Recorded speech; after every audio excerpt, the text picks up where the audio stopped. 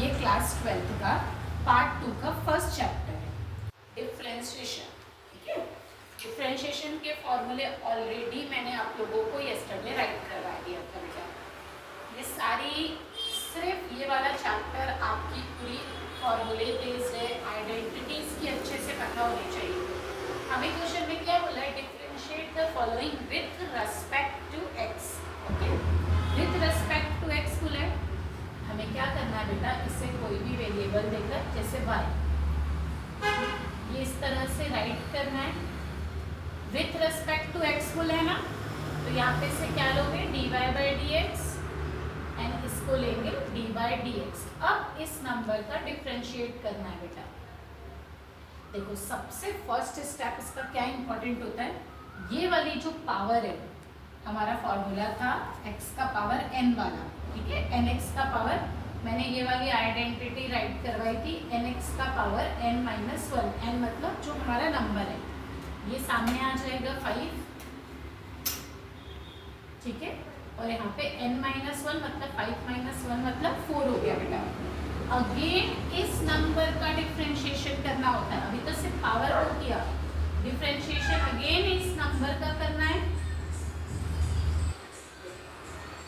ये as it is same रहेगा first step बेटा, इसे कुछ भी चेंजेस नहीं करना है। हमने इसको ऑलरेडी फर्स्ट स्टेप सॉल्व कर लिया है। अब इसका डिफरेंशिएशन एक्स क्यूब का क्या हो जाएगा, 3 सामने आ जाएगा, n माइनस वन, अगेन इसका 2 हो जाएगा, और इस नंबर के पास एक भी x नहीं है, मतलब इसको हम डायरेक्ट 0 लिखेंगे। ये था फर्स्ट क्वेश्चन। सिमिलरली बेटा सेकेंड क्वेश्चन एक और बताती हूँ।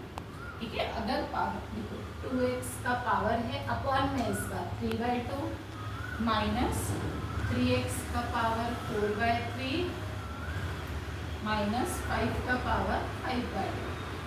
ध्यान देना, सेम इसको भी फर्स्ट टाइम y लेके सॉल्व करना है। फर्स्ट स्टेप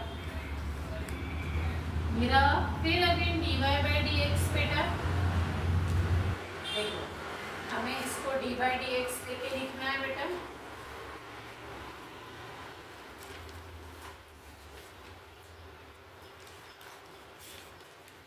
अब क्या करेंगे, मैंने पहला स्टेप क्या बोला था, ये पावर सामने आ जाता है। ठीक है, देखो 5/2 सामने आ जाएगा बेटा, 2x का पावर 3/2 माइनस 3x का पावर 4/3 माइनस 5। इस 5/2 में से n माइनस वन को सब्ट्रैक्ट करेंगे तो क्या हो जाएगा, 3/2। अभी भी हमें अब क्या करना है, इस पार्ट का निकालना है, सिर्फ इस पार्ट का। 2x का पावर 3/2, 3x का पावर 4/3। अब नेक्स्ट स्टेप में इसे एज इट इज सेम लिखोगे, इसमें कोई चेंजेस नहीं आएंगे बेटा।